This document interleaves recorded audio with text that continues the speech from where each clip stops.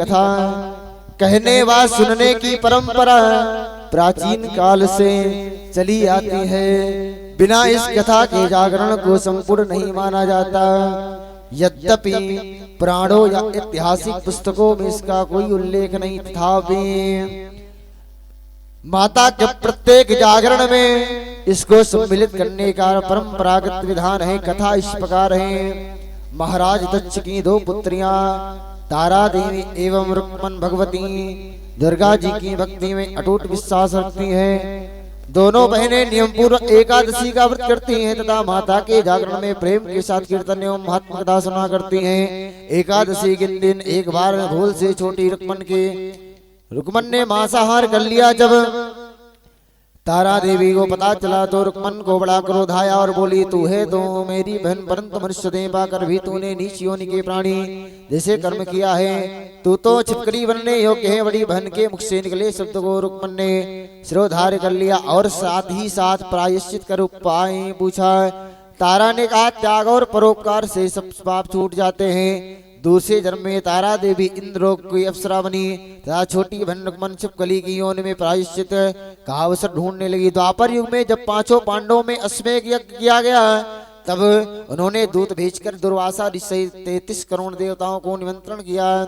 और जब दूत दुर्वासा ऋषि के स्थान पर निमंत्रण लेकर गए तो दुर्वासा ऋषि बोले, या 33 करोड़ देवता उसमें भाग लेंगे तो मैं उसमें सम्मिलित नहीं हो सकता।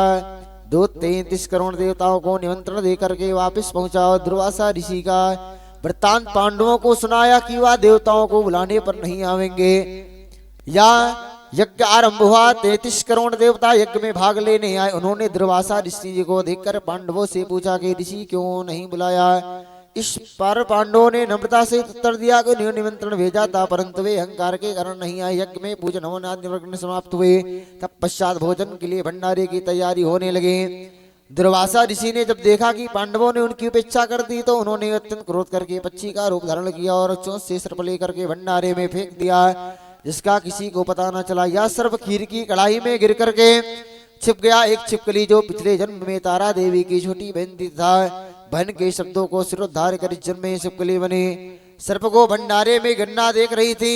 उसी त्याग परोपकार की शिक्षा अब तक याद थी। वह भंडार घर तक दीवार पर चिपकी समय की प्रतीक्षा करती रही। कई लोगों के प्राण बचाने हेतु उसके प्राण न्यौछावर कर देने का मन निश्चय किया। जब खीर भंडारे में दी जाने वाली थी सबकी आंखों के सामने वह छिपकली दीवार से कूदकर कढ़ाई में जा गिरी। सभी लोग छिपकली को बुरा भला कहते हुए खीर की कढ़ाई को खाली करने के लिए समय उन्होंने उसमें मरे हुए एक सांप को देखा। अब सबको मालूम हुआ कि छिपकली ने अपने प्राण दे करके उन सबके प्राणों की रक्षा की है और इसे सब योनियों में उत्पन्न रक्षा की। इस प्रकार उपस्थिति सभी सज्जनों और देवताओं ने उस छिपकली के लिए प्रार्थना की और इसे सब योनियों में उत्पन्न मनुष्य जन्म प्राप्त हुआ तथा अंत में वह मोक्ष को प्राप्त करे। तीसरे जन्म में वह छिपकली राजा सप्रस के घर कन्या बनी। दूसरी बहन तारा देवी ने फिर मनुष्य जन्म लेकर के तारामती नाम से अयोध्या के प्रतापी राजा हरिश्चंद्र के साथ विवाह किया। राजा सप्रस ने ज्योतिषियों से कन्या की कुंडली बनवाई। ज्योतिषियों ने राजा को बताया कि कन्या राजा के लिए हानिकारक सिद्ध होगी, शकुन ठीक नहीं है, अतः आप इसे मरवा दीजिए। राजा बोले, लड़की को मारने का पाप बहुत बड़ा है, मैं उस पाप का भागी नहीं बन सकता। जब ज्योतिषियों ने विचार करके राय दी, हे राजन, आप एक लकड़ी के संदूक में ऊपर से सोना चांदी आदि जड़वा दें, फिर उस संदूक के भीतर लड़की को बंद करके नदी में प्रवाहित कर दीजिए। सोने चांदी से जड़ा हुआ संदूक अवश्य कोई लालच से निकाल लेगा और आपकी कन्या को भी पाल लेगा, आपको किसी प्रकार का पाप ना लगेगा। ऐसा किया गया और नदी में बहता हुआ संदूक काशी के समीप एक भंगी को दिखाई दिया। वह संदूक को नदी से बाहर निकाल लाया। उसने जब खोला तो सोने चांदी अतिरिक्त अत्यंत रूपवान कन्या दिखाई दी। उस भंगी को कोई संतान नहीं थी। जब उसने अपनी पत्नी को वह कन्या ला कर दी तो पत्नी को प्रसन्नता का ठिकाना न रहा। उसने अपनी संतान के समान ही बच्ची को छाती से लगा लिया। भगवती की कृपा से, अम्बे की कृपा से उसकी स्तनों में दूध उतर आया। पति पत्नी दोनों ने प्रेम में कन्या का नाम रुक्को रख दिया। रुक्को की सास महाराजा हरिश्चंद्र के घर सफाई आदि का काम करने जाया करती थी। एक दिन वह बीमार पड़ गई। नादान रुक्को महाराज हरिश्चंद्र के घर काम करने के लिए पहुंच गई। महाराज की पत्नी तारावती ने जब रुक्को को देखा तो वह अपने पूर्व जन्म के पुण्य से उस पहचान गई। वह तारावती ने रुक्को से कहा, हे बहन, तुम मेरे यहाँ निकट आकर के बैठो। महारानी की बात को सुन करके रुक्को बोली, रानी जी, मैं नीच जात की भगनी हूँ, भला मैं आपके पास कैसे बैठ सकती हूँ। तब तारावती ने कहा, हे बहन, पूर्व जन्म में तुम मेरी सगी बहन थी। एकादशी का व्रत खंडित करने के कारण तुम्हें छिपकले की योनि में जाना पड़ा था। जो होना था सो हो चुका। अब तुम अपने इस जन्म को सुधारने का उपाय करो तथा भगवती वैष्णो माता की सेवा करके अपना जन्म सफल बनाओ। यह सुनकर रुक्को को बड़ी प्रसन्नता हुई। उसने उपाय पूछा। रानी ने बताया कि वैष्णो माता सब मनोरथों को पूरा करने वाली, जो लोग श्रद्धा पूर्वक माता का पूजन व जागरण करते हैं उनकी सब मनोकामनाएं पूर्ण होती है। रुक्को ने प्रसन्न होकर के माता की मनोती करते हुए कहा, हे माता, यदि आपकी कृपा से मुझे एक पुत्र प्राप्त हो जाए तो मैं भी आपका पूजन व जागरण करवाऊंगी। माता ने प्रार्थना को स्वीकार किया। फलस्वरूप 10वें महीने में उसके गर्भ से एक अत्यंत सुंदर बालक को जन्म दिया। परंतु दुर्भाग्यवश रुक्को को माता का पूजन जागरण कराने का ध्यान ही न रहा। परिणाम यह हुआ कि जब वह बालक 5 वर्ष का हुआ तो एक दिन उसे माता चेचक निकल आई। रुक्को दुखी होकर के अपनी पूर्व जन्म की बहन तारावती के पास आई और बच्चे की बीमारी का सब वृतांत कर सुनाया। तब तारावती ने कहा, तू जरा ध्यान करके देख कि तुझसे माता के पूजन में कोई भूल तो नहीं हो गई है। इस पर रुक्को ने 6 वर्ष पहले की बात का ध्यान आया। उसने अपराध स्वीकार किया। उसने मन में निश्चय किया कि बच्चे को आराम आने पर जागरण अवश्य करवाएंगे। भगवती की कृपा से बच्चा दूसरे दिन में ही ठीक हो गया। तब रुक्को ने देवी मंदिर में जाकर के पंडित से कहा, मुझे अपने घर माता का जागरण करना है। तब आप मंगलवार को मेरे घर पधार कर कृतार्थ करें। पंडित जी बोले, अरे रुक्को, तो यही 5 रुपए दे जा, हम तेरे नाम से मंदिर में जागरण करवा देंगे। तू नीच जात की स्त्री है, इसलिए हम तेरे घर में जाकर देवी का जागरण नहीं कर सकते। रुक्को ने कहा, हे पंडित जी, माता के दरबार में तो ऊंच नीच का कोई विचार नहीं होता, तो वह सब भक्तों समान रूप से कृपा करती है, अतः आपको कोई ऐतराज न होना चाहिए। उस पर पंडितों ने आपस में विचार करके कहा कि यदि महारानी तारावती तुम्हारे जागरण में पधारे तब तो हम स्वीकार कर लेंगे। यह सुनकर रुक्को महारानी के पास गई और सब वृतांत कह सुनाया। तारावती ने जागरण में सम्मिलित होना स्वीकार कर लिया।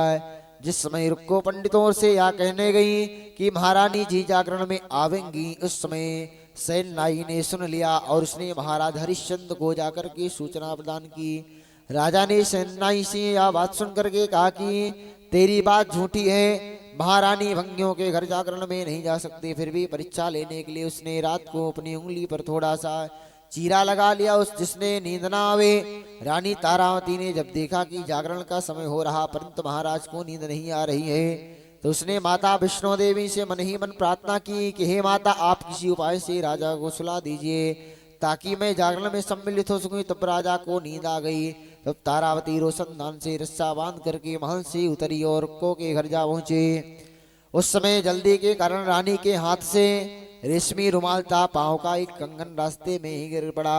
उधर थोड़ी देर बाद राजा हरिश्चंद्र की नींद खुल गई। तब वह भी रानी का पता लगाने निकल पड़े। मार्ग में कंगन व रुमाल उन्होंने देखा और जागरण वाले स्थान पर जा पहुंचे। राजा ने दोनों चीजें रास्ते में उठा करके अपने पास रख ली और जहां जागरण हो रहा था वहां एक कोने में चुपचाप बैठकर शब्द से देखने लगे। तब जागरण समाप्त हुआ तो सबने माता की आरती व अरदास की। उसके बाद प्रसाद को बांटा। तारावती को जब प्रसाद मिला तो उसने झोली में रख लिया। याद देखकर लोगों ने पूछा कि आपने प्रसाद क्यों नहीं खाया? यदि आप ना खावेंगी तो कोई भी प्रसाद नहीं ले सकता। रानी बोली, तुमने जो प्रसाद दिया है वह मैंने महाराज के लिए रख लिया है, अब मुझे मेरा प्रसाद दे दो। अब की बार प्रसाद लेकर तारा ने खा लिया। इसके बाद सब भक्तों ने माता का प्रसाद को ग्रहण कर लिया। इस प्रकार जागरण करके वह प्रसाद खाने के पश्चात रानी तारावती महल की ओर चली। तब राजा ने आगे बढ़कर रास्ता रोक लिया और कहा, तूने नीचों के घर का प्रसाद खा करके अपना धन भ्रष्ट कर लिया है, अब मैं तुझे अपना घर में कैसे रखूं? तूने तो कुल का मर्यादा ही मेरी प्रतिष्ठा का भी कोई ध्यान नहीं रखा। जो प्रसाद तू अपनी झोली में रखकर मेले ले आई है, उसे खिलाकर मुझे भी अपवित्र करना चाहती है। ऐसा कहते हुए राजा ने झोली की ओर देखा तो भगवती की कृपा से प्रसाद के स्थान पर उसमें चंपा, गुलाब, गेंदा के फूल, कच्चे चावल और सुपारियां दिखाई दी। यह चमत्कार देख राजा आश्चर्यचकित हो गया। राजा हरिश्चंद्र रानी तारा को साथ लेकर के महल में लौट आए और वहां रानी ने ज्वाला मैया की शक्ति से बिना किसी माचिस या चमचक पत्थर की सहायता ली राजा को अग्नि प्रज्वलित करके दिखाई, जिसे देख करके राजा आश्चर्य में बढ़ गए और राजा के मन में देवी की विश्वास श्रद्धा जाग उठी। इसके बाद राजा ने रानी से कहा, मैं माता के प्रत्यक्ष दर्शन करना चाहता हूँ। रानी बोली, प्रत्यक्ष दर्शन पाने के लिए बहुत बड़ा त्याग होना चाहिए। यदि आप अपने पुत्र रोहितस्व की बलि दे सके तो आपको दुर्गा देवी प्रत्यक्ष रूप से दर्शन दे सकती हैं। राजा के मन में तो देवी के दर्शन के लगन हो गई थी। राजा ने पुत्र मोह त्याग करके रोहितस्व का सिर देवी को अर्पण कर दिया। ऐसी सच्ची श्रद्धा और विश्वास देकर के दुर्गा माता सिंह पर सवार होकर के उसी समय वहां प्रकट हो गई और राजा हरिश्चंद्र दर्शन करके कृतार्थ हुए। मरा हुआ पुत्र भी जीवित हो गया। चमत्कार देख राजा हरिश्चंद्र गदगद हो गए। उन्होंने विध पूरक माता का पूजन करके अपराधों की क्षमा मांगी। इसके बाद सुखी रहने का आशीर्वाद देकर के माता अंतर्धान हो गई। राजा ने तारा रानी की भक्ति की प्रशंसा करते हुए कहा, हे तारा, मैं तुम्हारे आचरण से अति प्रसन्न हूँ। मेरे धन्य भाग जो तुम मुझे पत्नी के रूप में प्राप्त हो गई। इसके पश्चात राजा हरिश्चंद्र ने रानी तारा देवी की इच्छा अनुसार अयोध्यापुरी में माता का एक भव्य मंदिर तैयार करवा दिया। आयु पर्यंत सुख भोगने के पश्चात राजा हरिश्चंद्र रानी तारा एक क्रमग्नि तीनों ही मनुष्यों से छूट करके देवलोक को प्राप्त हो गई। माता के जागरण में तारा रानी की इस कथा को जो मनुष्य भक्तिपूर्वक पढ़ता है या सुनता है, उसकी सभी मनोकामनाएं पूर्ण होती हैं, सुख एवं समृद्धि बढ़ती है, शत्रुओं का नाश हो सकता है, शत्रुओं का नाश एवं सर्वमंगल होता है। इस कथा के बिना जागरण पूरा नहीं माना जाता। प्रेम से बोलो दुर्गा मैया की जय, अहरवा मैया की जय।